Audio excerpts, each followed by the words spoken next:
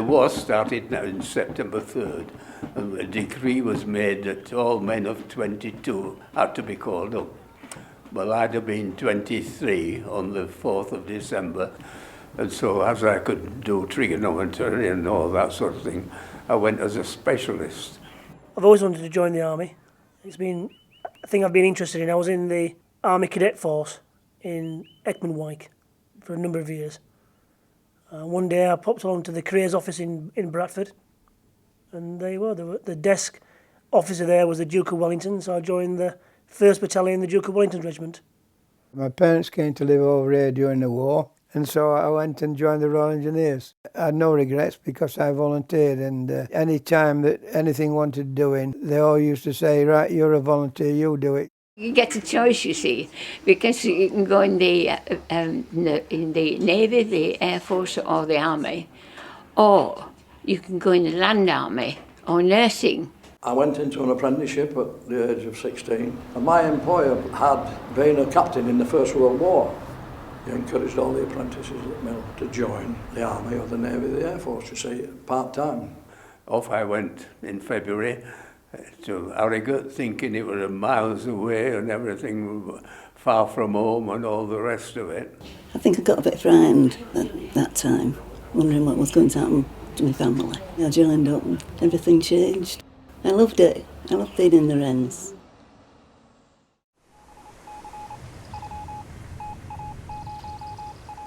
They gave me the job of driving the motorboat around, and there was a shout that one of the sergeants had got dragged into the water, and so I drove the motorboat around and grabbed hold of him and pulled him back, and then the sergeant major came on and got in the boat and got his foot on his back and pumped water out of him, and we took him back and got him on the dry land. We got sent to a town called Begonia, and it was like an old shoe factory, and we were having to wear helmet and body armour then, and we were filling sandbags in because the artillery shells and mortars were coming over us, you know what I mean?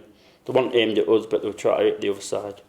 That was a bit of experience. I was a gunner in the first place, I was a gun layer, but I was also a cook. My average day mostly was in fact looking after rations and, you know, all the service behind the cooking and so forth. And in the case of officers and sergeant cooking, I used to go up to Cairo and shop. We could see all the houses had like big massive tree trunks which were leant across the art, which we thought were a bit weird. Then we realised what they were for. It's like if an artillery shell came in the middle of the road, the shrapnel would hit the trees and it protected the face of the house or protected the people inside. On D-Day, the actual D-Day, I should have been the last one in the boat to be the first one out because I had a charge on the front of me to blow a pillbox up, and unfortunately I miscounted and I finished up the first one in the boat, so I thought, well, that's my lot gone. We got towards the beach, a hell of a deal because the Germans were still firing at us and there were shells flying all over the place and the rockets from the big main ships, they were going over to the Germans. Mortars and artillery started coming into the town, you know what I mean, which were quite a loud noise, you know what I mean, and experience. You'd never been under it before. And there was a kid outside of me, a young boy, and I was giving him sweets and he was like tugging on my jacket, you know what I mean, bomb, you know what I mean, sweet. I went, yeah, have it, you know what I mean, saying how he was and stuff like that. And this artillery shell came in behind the building. But if it weren't for the building, probably might have been wounded or a lot of people had been hurt. But I flung myself to the floor, grabbed hold of the kid, and the kid were like fighting me off, you know what I mean? I was trying to put my helmet on, and I stood up, and then he gave me a right good kick, and then ran off.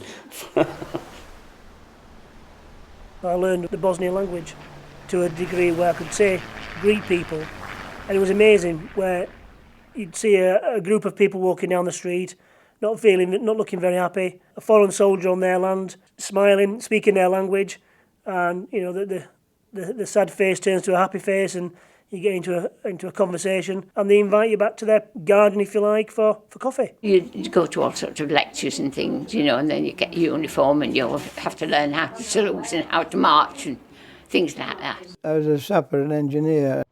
We used to pick mines up and lay mines and build bridges and general road work and that sort of stuff, building roads as well. The German Home Guard panicked when they were retreating and they blew the bridges up, and we had to build them up again. 6 a day, perhaps, that's all, to build a Bailey Bridge over, and so they've got transport going across.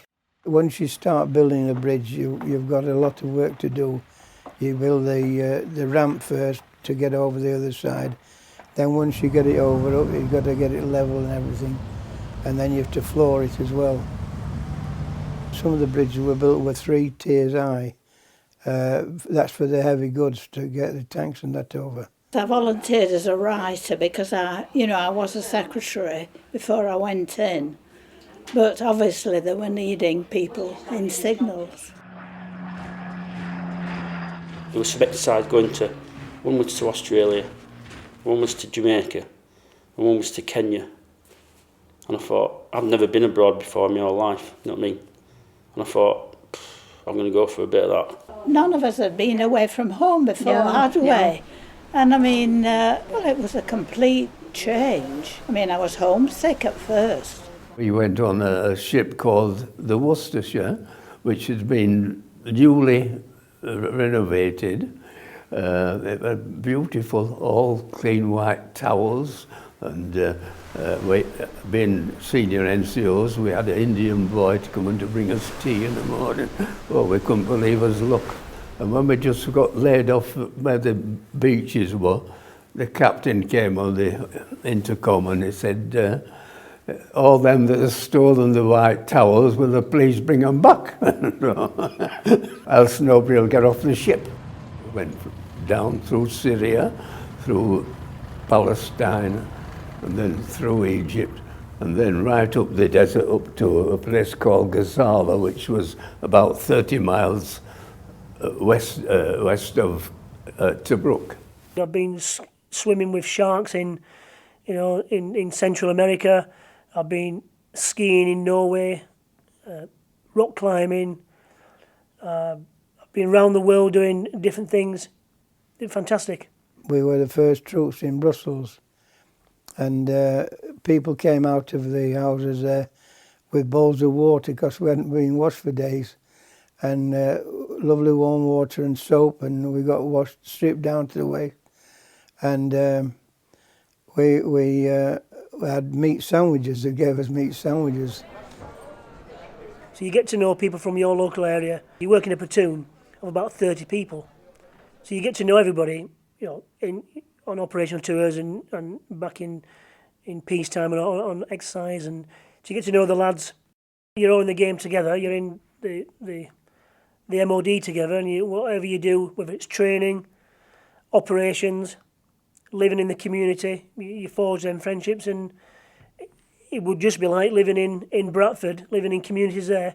People have got friends, and they'll go to certain places with certain groups, playing sport, or to the theatre, or different hobbies people may have. You have different groups of friends.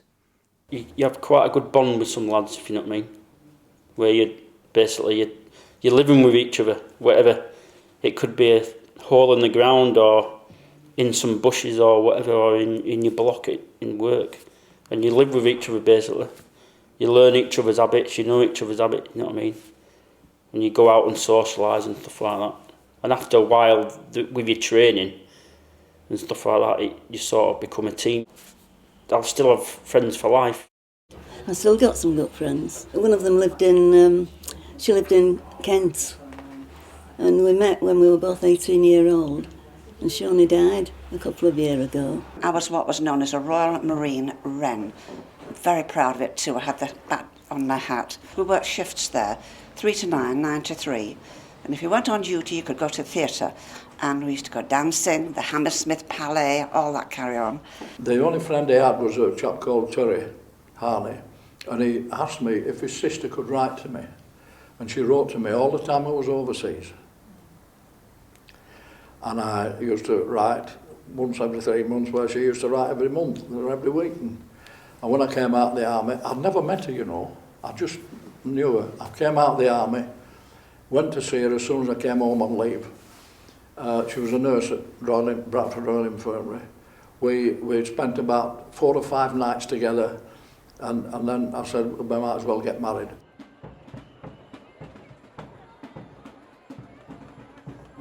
It was, well, a great experience, of which young ones now I don't think you realise how great it is. It learns you a lot about yourself and self-respect. You're part of a system, a discipline and a formation where everything's orderly and so forth, and you know exactly what you're about and that.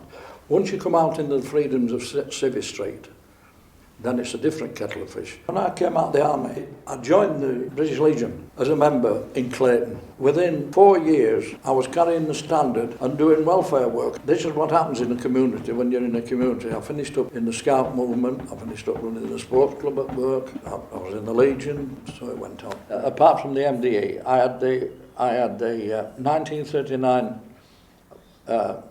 medal with the clasp for the Battle of Britain on it. The Africa Star, 8th Army, the Italian Star, the Defence Medal, the War Medal and the Territorial Medal. It was all right after the war because we had some fun times. We formed this group, the D-Day and Normandy Veterans, in 1981. It was formed in Pudsey. There's only 2 besides myself that's left now. There were 70 of us at one time. I don't go down as often now, but I can't walk so well, but I shall be going down to the Remembrance Service and the Veterans Day.